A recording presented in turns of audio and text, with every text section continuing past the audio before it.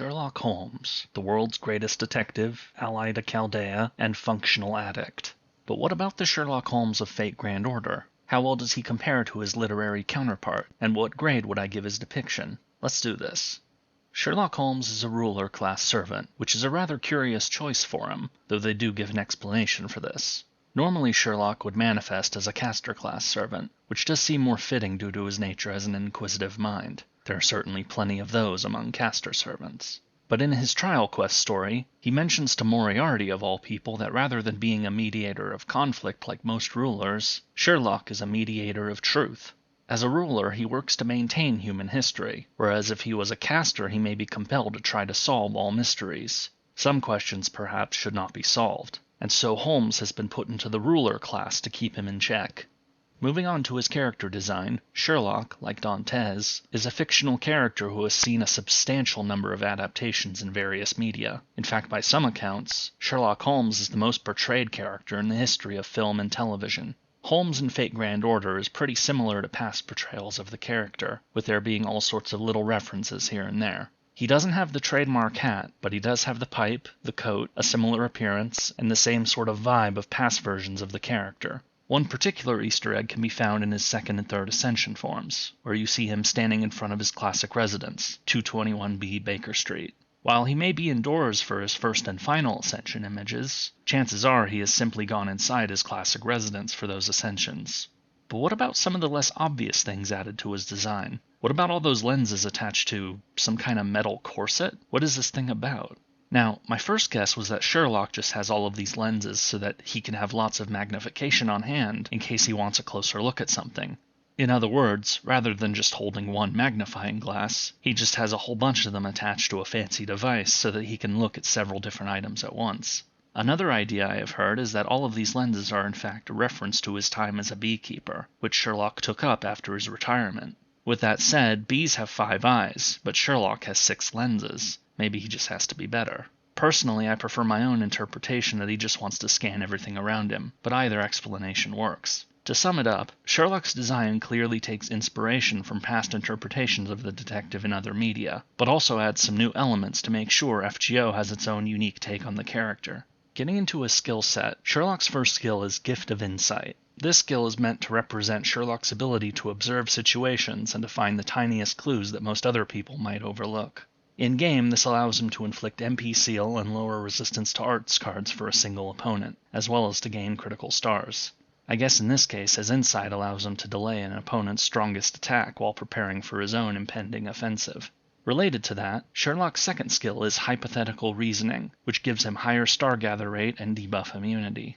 You could argue that this skill is connected to the first in 2 ways. From a lore perspective, the character Sherlock is taking his insights and using them to construct a theory for what might be going on in a given situation. Or, in gameplay terms, he is making use of the stars his first skill provided to give himself further attack power.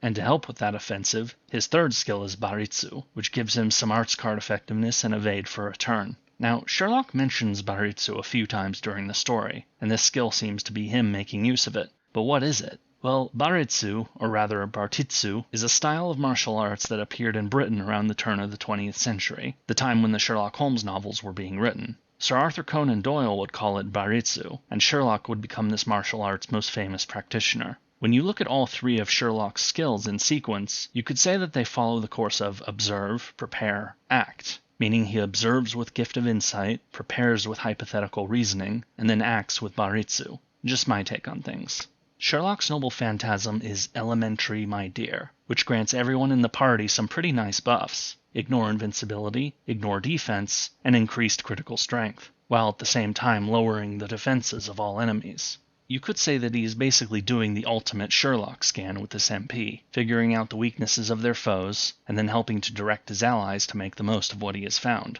As for the name itself, it is a line commonly attributed to Sherlock in conversations with his partner, Dr. Watson. Funnily enough, this line, Elementary, my dear Watson, is actually not found in any of Sir Arthur Conan Doyle's works. It was the creation of future adaptations of his novels. Sherlock's whole skill set seems to work together quite well, though I must admit my knowledge of its practical application is a bit limited. You see, this is the first servant I have covered that I don't actually have in my Chaldea. Thankfully, I did manage to find a friend who had him on their support list. Combined, his skills allow for some strong attacks that can bypass almost any defense a foe can muster. Or, to put it a more lore-friendly way, Sherlock observes the battlefield he finds himself on, finds precise ways he might be able to take advantage of it, and then does so, while also sharing that insight with his allies. At the same time, Sherlock himself isn't an offensive powerhouse. He is the detective who discovers the answers, not the warrior who makes the best use of them. At least, not usually. I'd call this a pretty clever way to depict Holmes in FGO, and quite in keeping with his literary counterpart. Holmes's craft essence is the vaunted one, depicting a violin upon a chair in what is presumably his residence at 221B Baker Street. Now, at first thought, this might seem like a curious choice. I mean, doesn't Sherlock have other notable items that might serve as a craft essence? Like that hat that his character is conspicuously not wearing? Perhaps, but then you remember that Sherlock regularly plays the violin, though perhaps not in FGO itself. Further trivia lies in the description for the craft essence, revealing that this is the violin that Sherlock purchased from a London pawnshop. Sherlock playing the violin is a common feature of his many incarnations, so having this as a craft essence is absolutely a great choice. I approve. Moving on to characterization, Sherlock is one of the most notable cast members in Fate Grand Order, though his presence in the plot is sparse at first. Fittingly, his first appearance is in the London Singularity, though he does not actually physically appear. Rather, he leaves behind a trove of information for Chaldea to discover about the incineration of humanity, which he had been working on at the behest of Charles Babbage. He makes his next appearance in the Camelot Singularity, this time showing up in person at the Atlas Institute.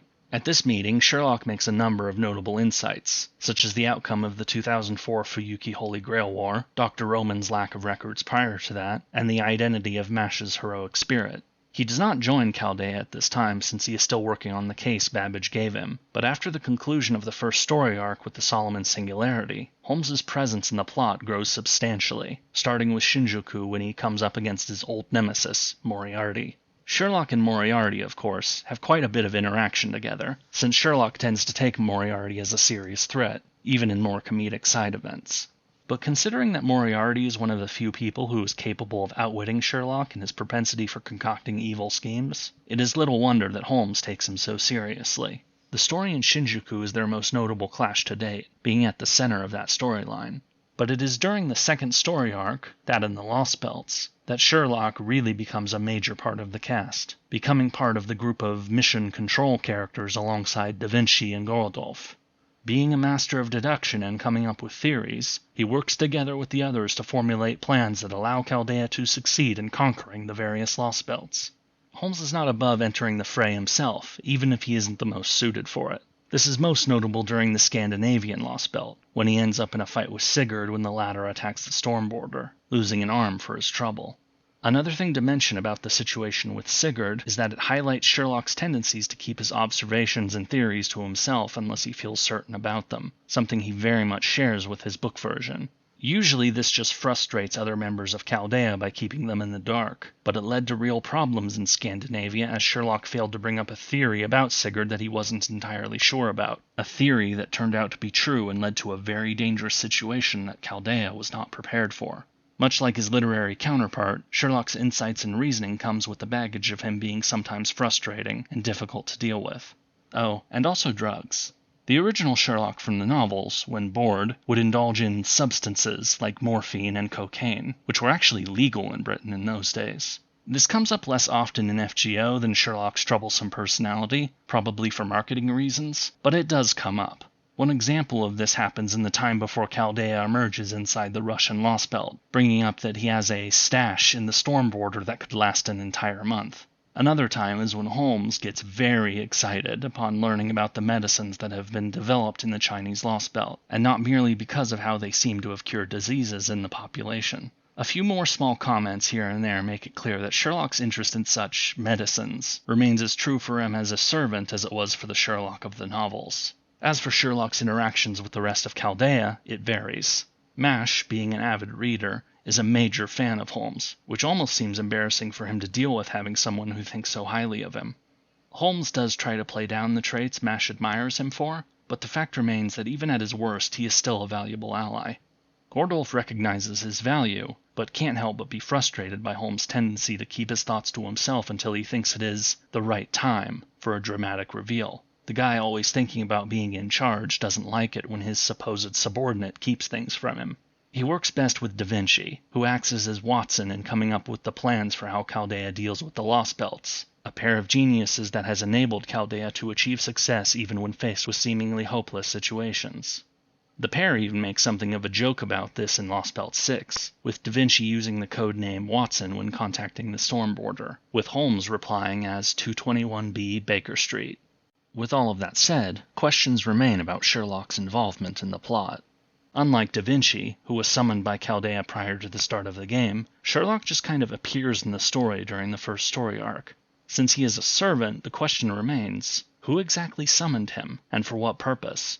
He does seem to be working for the benefit of proper human history, and so is a natural ally to Chaldea. But is there more going on here?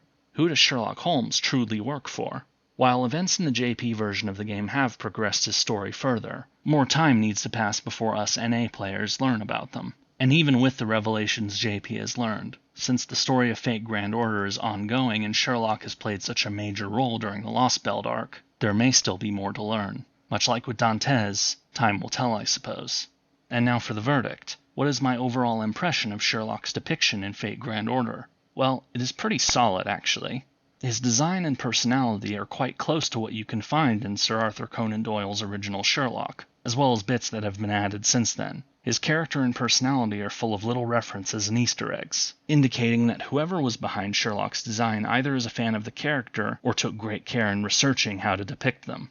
I do feel as if the Sherlock Holmes of FGO is a nicer person than usual, though I might just be used to seeing Sherlock as a more openly insulting character. But since the original Holmes came from the Victorian era and is noted as being more polite than his more modern incarnations, it might actually be the case that FGO's Holmes is a more accurate depiction. Feel free to debate that one. But for a final grade, I am going to give our great detective, Sherlock Holmes, an A. And that's 3 A's in a row now. I feel like I'm losing my credibility when I said in my Mozart video that I'd be a tough grader. Sometime soon I should do a servant that I can just tear into so people know I mean business. But that is not today. Fate Grand Order's Sherlock Holmes gets my seal of approval. And if you enjoyed this video, check out the others like it I have done on my channel. Until next time.